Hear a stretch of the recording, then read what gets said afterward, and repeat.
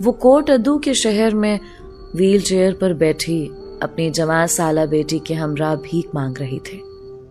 اس کا نام سجیلا رضوان تھا۔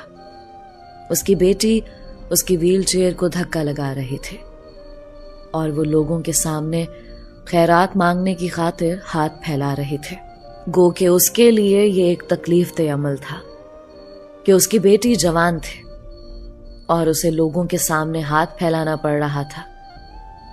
اس سے بھی بڑا تکلیف دہ عمل یہ تھا کہ لوگ نظروں سے اس کی بیٹی کے جسم کا سارا ایکس رے کر رہے تھے۔ مگر سب سے بڑا تکلیف دہ عمل یہ تھا کہ کئی بار لوگ آتے جاتے پاس سے گزرتے ہوئے اس کی بیٹی کے جسم اور خاص کر نازک اعضاء کو ہاتھ لگا جاتے تھے۔ کچھ لوگوں کا بھیک دینے کا مقصد بھی اللہ تعالیٰ کی رضا نہیں تھا، بلکہ وہ اس کی بیٹی کے ہاتھوں کو یعنی جسم کو چھونے کے لیے رقم اس کی طرف بڑھاتے تھے۔ مگر اس کی مجبوری تھی، اس کو یہ سب کچھ برداشت کرنا ہی تھا۔ اس کے پاس اور کوئی چارہ نہیں تھا۔ اس کے حالات ہمیشہ سے ایسے نہیں تھے۔ اس نے اللہ تعالیٰ کی ناشکری کی تھی، ایک گناہ کیا تھا۔ اب مکافات عمل کے طور پر وہ ان حالات سے گزر رہے تھے۔ ہوا کچھ یوں تھا کہ اس کا شوہر انتہائی سفید پوش عزت دار انسان تھا۔ اپنی محنت مزدوری کر کے وہ دن بھر کماتا تھا۔ اس کے شوہر نے مین بازار کے اندر ایک بہت بڑی مارکیٹ میں اپنی ایک سبزی کی دکان بنا رکھے تھے۔ اس کا کاروبار ٹھیک چل رہا تھا، مطلب یہ کہ گھر میں عزت سے 3 وقت کا کھانا بن جاتا تھا اور باقی ضروریات زندگی بھی پوری ہو جاتی تھی۔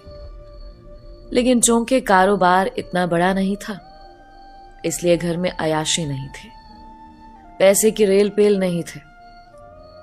پیسہ کہیں بھی خرچ کرنا ہوتا تھا تو اس سے پہلے کئی بار سوچنا پڑتا تھا۔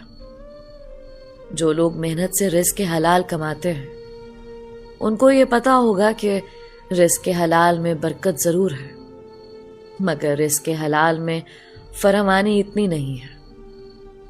آپ لوگ رزق حلال سے پیٹ بھر سکتے ہیں لیکن عیاشی نہیں کر سکتے، بلکہ جو لوگ رزق حلال کماتے ہیں ان کی کوشش ہوتی ہے کہ ان کی ضرورت سے زیادہ اگر کچھ بچ جائے تو وہ بچی ہوئی رقم کسی اور ضرورت مند پر خرچ کر دیں تاکہ اس کی ضرورت پوری ہو جائے۔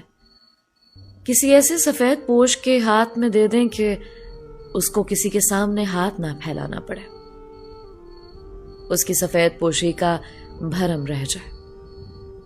اللہ تعالیٰ کا دیا ہوا اللہ کی ہی مخلوق پر وہی لوگ خرچ کر سکتے ہیں جن کو اللہ ہمت دیتے ہیں، خاص طور پر وہ لوگ جو اللہ سے محبت کرتے ہیں۔ اور جو لوگ خدا سے محبت کرتے ہیں ان پر آزمائشیں بھی آتی ہیں، مگر اللہ تعالیٰ کی طرف سے دی گئی ہمت کی بدولت وہ ان آزمائشوں پر پورا اترتے ہیں۔ مگر سجیلا رضوان ان انسانوں بلکہ ان خواتین میں سے ایک تھے جو لوگوں کے لیے آزمائش ثابت ہوتی ہے، اور وہ بھی اپنے شوہر کے لیے آزمائش ثابت ہوئی تھی۔ سجیلا رضوان کو اچھا کھانے، اچھا اوڑھنے، اچھا پہننے کا شوق تھا۔ اس کے یہاں تک کہ سارے شوق تو اس کا شوہر پورا کر دیتا تھا، مگر اس سے بڑھ کر اسے بلا وجہ کی خریداری میں بہت دلچسپی تھی، اس لیے روزانہ بازار جانا اور فضول میں چیزیں خریدنا پسند تھا۔ ایسے امیر زادوں کی طرح تحفے تحائف خرید لینا اور دینا پسند تھا، یہ صرف اپنے گھر کو اور اپنی ذات کو دوسروں سے برتر ثابت کرنے کے لیے بلا وجہ پیسے ضائع کر دیا کرتے تھے۔ اس کے اپنے گھر میں کوئی فنکشن ہوتا تو وہاں بھی اپنی ضروریات سے زیادہ خرچہ کرتے اور مہنگے مہنگے کھانے بناتے۔ اگر کہیں کسی اور گھر میں فنکشن ہوتا تو بھی وہاں جانے سے پہلے مہنگا اور قیمتی لباس خریدتے، مہنگے اور قیمتی جوتے خریدتے، بہترین قسم کا ایک نیا میک اپ سیٹ خریدتے، اور اسی طرح کی دوسری خواتین کی زیب و آرائش کی چیزیں خریدتے، پھر اچھے اچھے تحفے تحائف خریدتے جو کہ اس کے شوہر کی اجرت سے کہیں زیادہ مہنگے ہوتے، اور پھر یہ ساری چیزیں لے جا کر تیار ہو کر اس دعوت یا فنکشن پر چلی جاتی۔ اس کا شوہر اس سے اس طرح کی فضول خرچی سے روکتا رہتا تھا۔ اسی دوران ان کی ایک بچی پیدا ہو چکی تھی۔ وہ اسے سمجھاتا کہ ہم پر بچی کی کفالت کا ذمہ ہے، ہمیں بچی کی تعلیم و تربیت کرنا ہے، پتہ نہیں ہمیں اللہ تعالیٰ اس کے بعد اور اولاد سے نوازے یا نہ نوازے، ہمیں اس بچی کے مستقبل کا سوچنا ہے۔ مگر اس کی بیوی کو ان باتوں سے کوئی دلچسپی نہیں تھی، اسے اپنی عیاشیوں سے غرض تھے، اور اسے اپنے آپ کو اپنے معاشرے میں برتر ثابت کرنے کی فکر تھی۔ سجیلا رضوان کی انہی حرکتوں کی وجہ سے گھر میں معاملات خراب ہونے لگے۔ اس کا شوہر اب اسے نرمی سے سمجھانے کے بجائے اس کے ساتھ سخت رویہ اپنانے لگا، مگر سجیلا پر اس سخت رویے کا کوئی بھی اثر نہ ہوا۔ اس کے باوجود وہ اپنی مرضی کرتی، اپنی مرضی سے آتی، اپنی مرضی سے خریداری کرتی۔ جب اس کے شوہر کو محسوس ہوا کہ اس کی باتوں کا اس پر کوئی اثر نہیں ہوتا، سخت یا نرم لہجے کا کوئی اثر نہیں ہوتا، تو اس نے کسی دن طیش میں آ کر اس پر ہاتھ اٹھا دیا، اور جس دن اس نے ہاتھ اٹھایا اسی دن سجیلا ناراض ہو کر میکے چلی گئی۔ جب اس کے شوہر کو اپنی غلطی کا احساس ہوا تو وہ اسے منانے کے لیے چلا گیا، مگر سجیلا نے طلاق کا مطالبہ رکھ دیا۔ بات تھپڑ مارنے یا گھر کے حالات خراب ہونے کی نہیں تھی، بعد میں یہ بات واضح ہو گئی کہ طلاق کا مطالبہ کرنے کی بڑی وجہ سجیلا کا کسی اور مرد میں دلچسپی لینا تھا، مگر اس نے جان بوجھ کر گھر کے حالات کو اس تہہ تک پہنچایا تھا کہ اس کے گھر میں لڑائی ہو، لڑائی کے بعد وہ لڑائی کو طول دے اور روٹھ کر اپنے میکے جائے۔ اس نے ویسا ہی کیا، اپنے بھائیوں، بہنوں اور والدین کے اندر ان کی ہمدردی سمیٹنے کے بعد اپنے موجودہ شوہر سے طلاق لینے کا مطالبہ کیا، اور طلاق لینے کے بعد اپنے محبوب کے ساتھ شادی کر لیا۔ پہلے پہل اس کے شوہر کو اس کے ارادوں کی خبر نہیں تھی۔ اس نے اپنی ہر ممکن کوشش کی کہ اس کی اور سجیلا کی صلح ہو جائے تاکہ ان کی بچی کی زندگی بچ جائے، مگر دوسری طرف سجیلا کو صلح میں کوئی دلچسپی نہیں تھی، اسے ہر حال میں طلاق چاہیے تھے، اس لیے وہ کسی بات پر راضی نہ ہوئی۔ اس نے کسی بھی صورت اس کی بات ماننے سے انکار کر دیا، یہاں تک کہ جب اس کے شوہر نے اسے طلاق دینے سے انکار کیا تو سجیلا نے عدالت کے ذریعے خلا لے لی۔ عدالت کے ذریعے خلا لینے کے باوجود اس کے شوہر نے اس سے بچی چھین لی اور کہا کہ تم بچی کی پرورش نہیں کر سکتے، تمہارے پاس کمانے والا کوئی نہیں ہے، میں بچی کو بہتر انداز میں رکھ سکتا ہوں۔ مگر جب یہ بات سجیلا کے محبوب کو پتہ چلی تو اس نے ایک بار پھر اپنی محبت کے دعوے کر کے اپنی محبوبہ کو اس بات پر راضی کر لیا کہ وہ اپنی بیٹی کو اپنے سابقہ شوہر سے واپس لے لے، ہم بیٹی بھی اپنے پاس رکھیں گے۔ جب سجیلا کے کہنے پر اس کے شوہر نے بچی کو واپس نہ کیا تو اس نے ایک بار پھر عدالت سے رجوع کیا اور عدالت کے ذریعے بچی کو واپس لے لیا۔ اس کے بعد عدالت نے باقاعدہ بچی کا خرچہ مقرر کر دیا جو ہر مہینے بچی کا والد اس کی والدہ تک یعنی سجیلا تک پہنچا دیتا تھا۔ دوسری طرف سجیلا کے محبوب نے چونکہ اسے پہلے جسمانی تعلقات تو قائم کر لیے تھے، طلاق دلوانے کا مین مقصد یہ تھا کہ اب سجیلا کے پاس اور کوئی راہ نہ بچے۔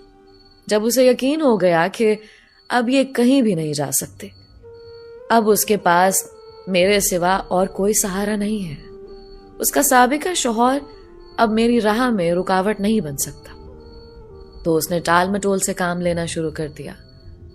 وہ اپنی محبت کے وعدوں سے مکر گیا، لیکن وہ اس کے جسم پر اپنی ہوس مٹاتا رہا، یہاں تک کہ جب سجیلا کو نظر آنے لگا کہ یہ شخص صرف میرے ساتھ وقت گزاری کر رہا ہے. اسے میرے جسم میں دلچسپی ہے, میری ذات میں دلچسپی نہیں ہے. اسے اس بات سے غرض نہیں ہے کہ میں نے اس کی خاطر کتنی بڑی قربانی دی ہے. اسے صرف مجھ سے جنسی خواہش پوری کرنا ہوتی ہے. جو یہ کر کے چلا جاتا ہے تو تب اس نے اپنے محبوب پر زور دینا شروع کر دیا کہ وہ اسے نکاح کرے. مگر اس کا محبوب ٹال مٹول سے کام لیتا رہا, یہاں تک کہ جب بات لڑائی جھگڑوں تک پہنچے تو اس کے محبوب نے نکاح کرنے سے صاف انکار کر دیا. تب پہلی بار سجیلا کے پیروں تلے سے زمین نکل گئی.